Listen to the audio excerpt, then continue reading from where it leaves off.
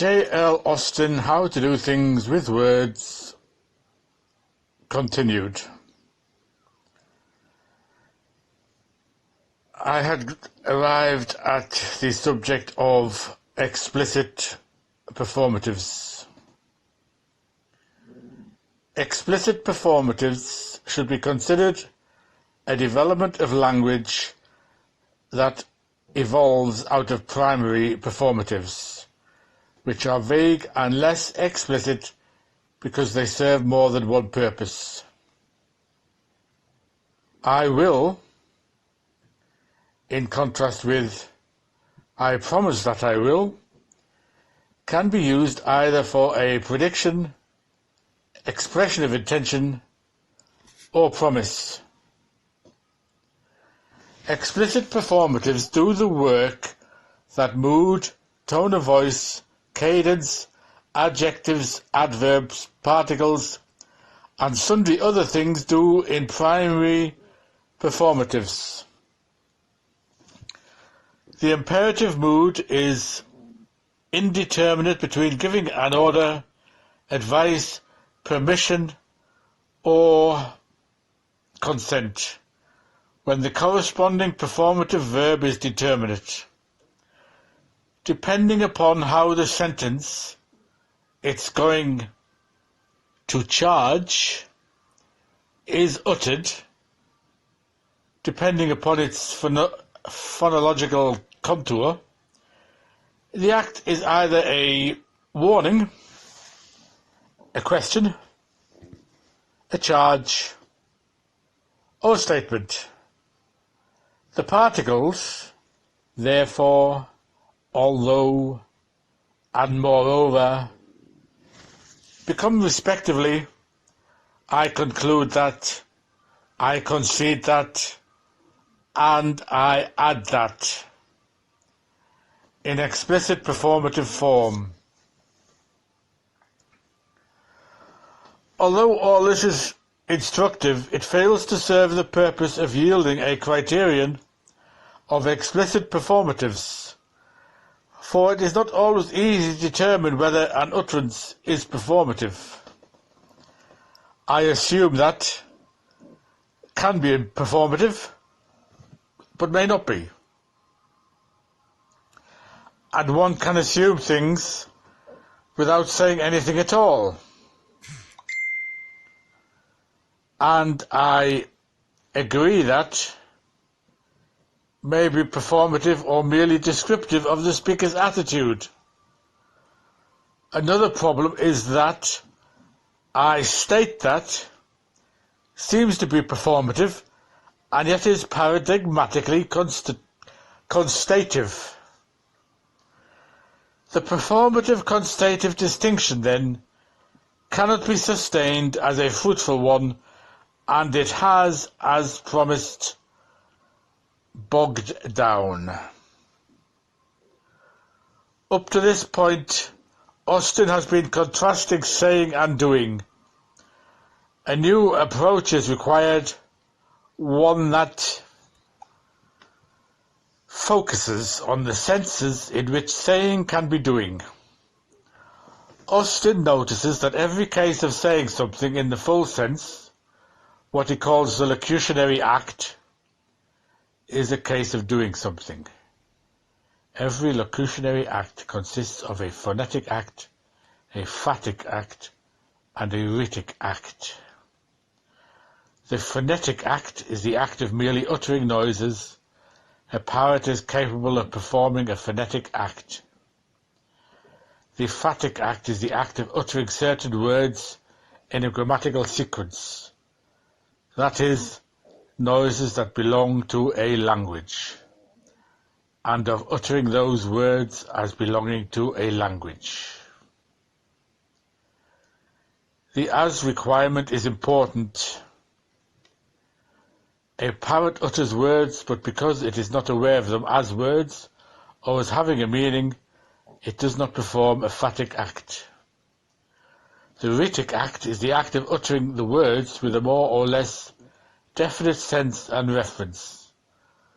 The terms sense and reference are those of Gottlob Frege, but the doctrine is Austin's. For Frege, all meaningful words have both a sense and reference. For Austin, reference belongs to words that are correlated to objects by demonstrative conventions.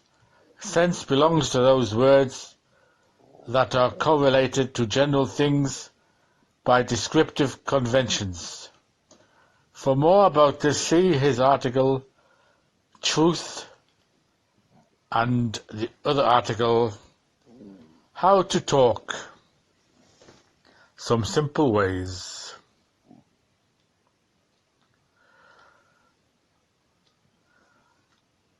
The difference between the phatic act and the thetic act is brought out by the different ways of reporting them. A phatic act is reported by direct quotation. He said, "The cat is on the mat." A rhetoric act is reported by indirect quotation. He said that the cat is on the mat. The difference is critical.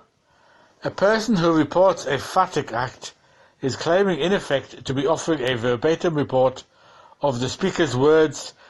He is not committed to the proposition that its speaker had achieved any reference.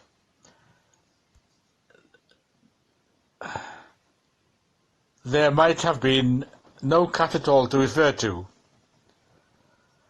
A person who reports a rhetoric act is not claiming that its speaker used the very words in which the report is cast.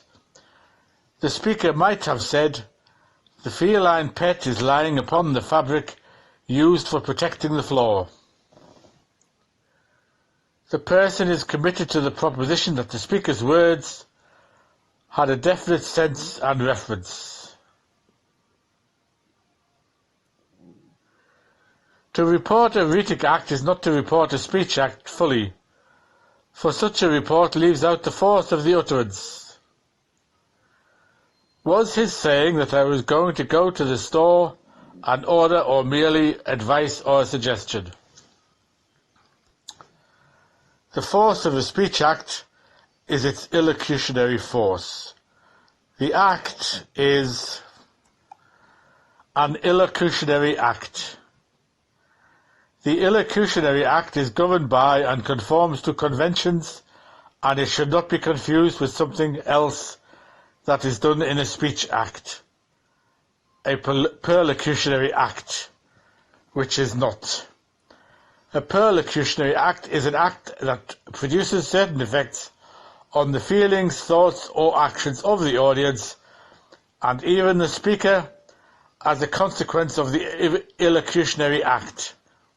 These effects are natural consequences and not conventional ones, such as follow illocutionary acts. Although it is only a rough linguistic guide, we commonly report illocutionary acts as things done in saying something, and perlocutionary acts as things done by saying something.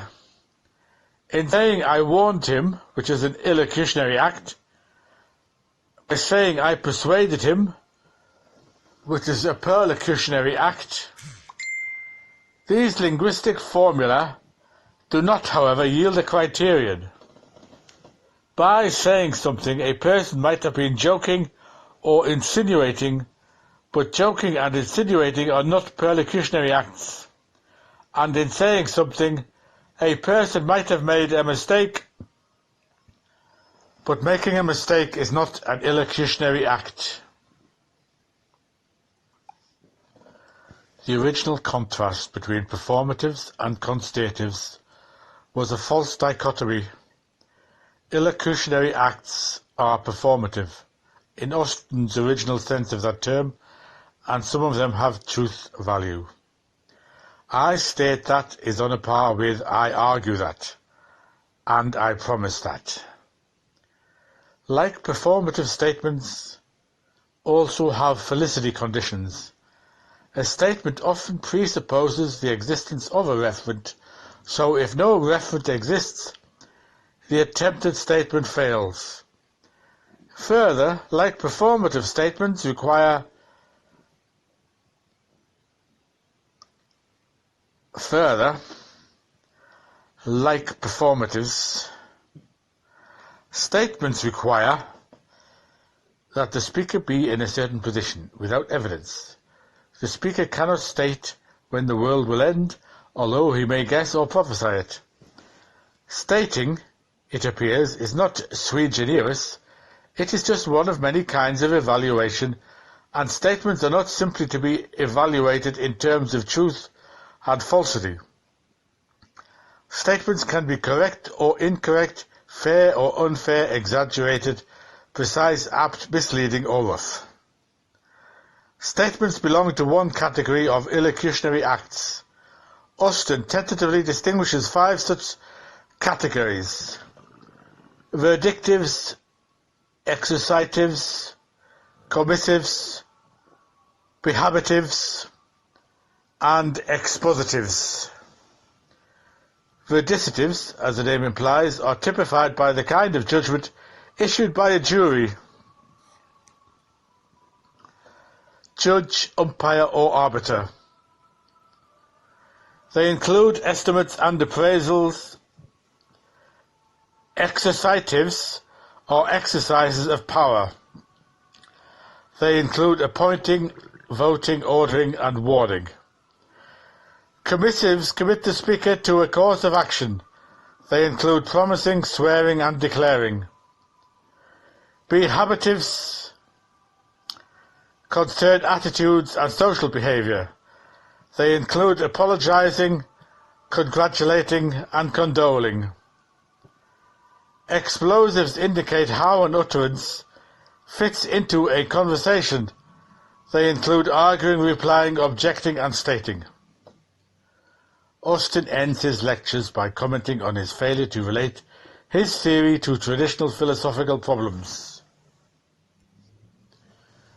The failure was deliberate, and I quote, "I have purposely not embroiled the general theory with philosophical problems." End quote.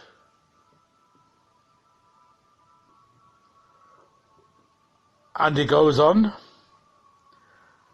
and I quote, "This should not be taken to mean that I am unaware of them. I leave it to my readers the real fun of applying it in philosophy."